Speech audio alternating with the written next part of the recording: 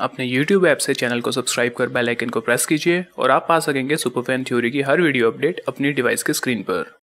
Hello दोस्तों, मेरा नाम अंश है और मैं स्वागत करता हूँ आप सभी सुपर फैंस का अपने इस चैनल सुपर फैन थ्योरी पर। दोस्तों, लास्ट वीडियो में मैंने आपको बोला था कि मैं आप सभी सुपर फैंस के लिए स्पाइडरमैन होमकमिंग मूवी के एंड क्रेडिट सीन्स को एक्सप्लेन करने के लिए एक स्पेशल वीडियो लेकर आऊँगा। तो इसलिए आज हम इस वीडियो में स्पाइडरमैन होमकमिंग मूवी के जो 2 एंड क्रेडिट सीन्स थे उन्हें डाइसेक्ट करेंगे। पर स्टार्ट करने से पहले मैं आप सभी सुपर फैंस को वार्न भी कर देना चाहूँगा कि मूवी के फर्स्ट एंड क्रेडिट सीन में एक स्पॉइलर है। तो अगर आपने अभी तक स्पाइडरमैन होमकमिंग मूवी को नहीं देखा है तो आप इस वीडियो को स्किप कर दीजिएगा।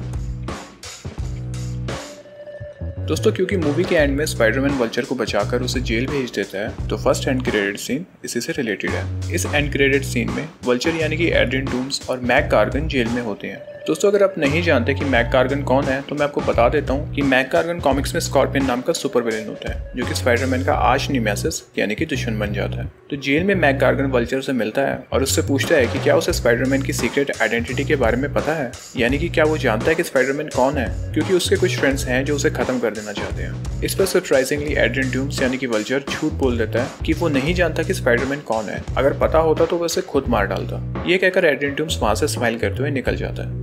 ये चीज़ काफ़ी सरप्राइजिंग थी दोस्तों कि वल्चर स्पाइडरमैन की आइडेंटिटी को डिस्क्लोज क्यों नहीं करता है। मे बी शायद इसलिए कि वो खुद स्पाइडरमैन को मारना चाहता हो, या फिर ये भी हो सकता है कि क्योंकि स्पाइडरमैन ने वल्चर और उसकी बेटी लिज एलन की जान बचाई थी मूवी में, तो वो एक तरह से स्पाइडरमैन का एहसान चुकाना चाहता हो। दूसरी तरफ दोस्तों, अगर हम मैक गार्गन पर नजर डालें तो मूवी में वैसे उसका सीन बहुत ही छोटा सा था, पर हो सकता है कि वो आगे जाकर स्कॉर्पियन बन जाए और स्पाइडरमैन होमकमिंग के सीक्वल में हमें वो एज ए विलेन नजर आए जो स्पाइडरमैन से बदला लेना चाहता हो। वैसे जैसे कि मैंने अभी आपको बताया था कि मैक ने एड्रियन से बात करते हुए ये जिक्र किया था कि उसके कुछ फ्रेंड्स स्पाइडी को मारना चाहते हैं, तो हो सकता है दोस्तों कि ये इशारा सिनिस्टर 6 की तरफ हो, यानी कि मे बी फ्यूचर में एमसीयू के अंडर सिनिस्टर 6 के ऊपर मूवी आ जाए। पर क्योंकि स्कॉर्पियन कॉमिक्स में ओरिजिनली सिनिस्टर 6 का मेंबर नहीं होता है, तो हो सकता है कि एमसीयू हमेशा की तरह जैसे कैरेक्टर्स को रिक्रिएट करता है वो सिनिस्टर 6 के ग्रुप को रिक्रिएट करके स्कॉर्पियन को सैंडमैन या क्रेवन द हंटर या किसी और सुपर विलेन से रिप्लेस कर दे। पर मुझे नहीं लगता कि अगर एमसीयू सिनिस्टर 6 पर मूवी बनाएगा तो वो हमें इतनी जल्दी स्पाइडरमैन के नेक्स्ट सीक्वल में देखने को मिल जाएंगे,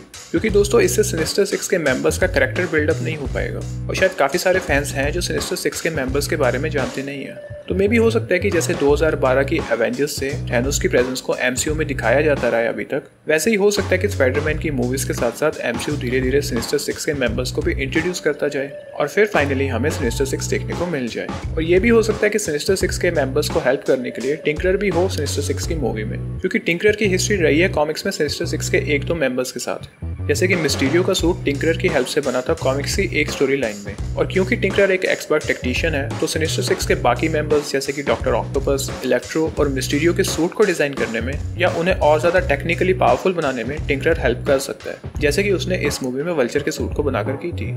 या ये भी हो सकता है दोस्तों कि क्योंकि सोनी के वैनम मूवी का स्टेटस अभी अनक्लियर ही चल रहा है, कभी एमी पास्कल बोलती हैं कि वैनम एमसीयू के साथ सेम यूनिवर्स में है, या ये भी बोलती हैं कि एमसीयू के स्पाइडरमैन के साथ सोनी के वैनम का इंटरेक्शन शायद पॉसिबल नहीं है। और केविन फाइगी की तरफ से भी इस पर कोई स्ट्रेट फॉरवर्ड आंसर नहीं आ रहा है। तो हो सकता है दोस्तों कि सोनी अपना एडी ब्रुक वर्जन वाला वैनम टॉम हार्डी को कास्ट करके बनाए, और क्योंकि स्पाइडरमैन की कॉमिक्स में एक स्टोरी लाइन में मैक गार्गन ही वैनम बन जाता है, तो मे बी एमसीयू अपने खुद के यूनिवर्स में अपना खुद का वैनम क्रिएट करने की कोशिश में हो जो स्कॉर्पियन और वैनम का मिक्स होने की वजह से और भी ज्यादा पावरफुल और डेंजरस हो। I mean, इस टाइम पर कुछ भी हो सकता है दोस्तों, क्योंकि ये सुपर हीरोज मूवी का वो एरा चल रहा है जहां पर अनएक्सपेक्टेडली हमें कोई भी सरप्राइज कभी भी मिल सकता है। तो हु नोज कि हमें फ्यूचर में मे बी एमसीयू के अंडर सिनिस्टर 6 देखने को मिले, या मैक गार्गन वर्जन वाला वैनम, या कुछ और ही अनएक्सपेक्टेड प्लान एमसीयू लेकर चल रहा हो जिसे हम अभी तक समझ नहीं पा रहे हैं।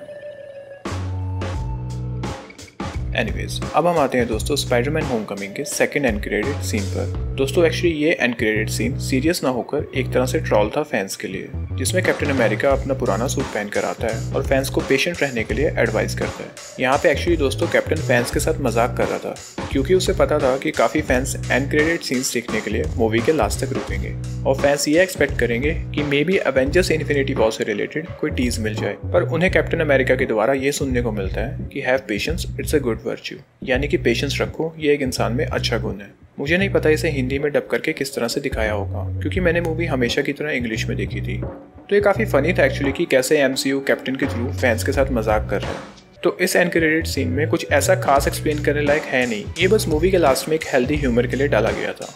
वेल तो अभी के लिए इस वीडियो में इतना ही दोस्तों। अगर आप स्पाइडरमैन होमकमिंग मूवी देख चुके हैं तो आपके अकॉर्डिंग मूवी के फर्स्ट एंड क्रेडिट सीन का क्या मतलब था, मुझे कमेंट करके ज़रूर बताइएगा। मैं ऐसे ही आप लोगों के लिए इंटरेस्टिंग वीडियोस आगे फ्यूचर में भी लेकर आता रहूँगा, पर अभी के लिए चाहूँगा आप सभी सुपर फैन से इजाज़त। पीस।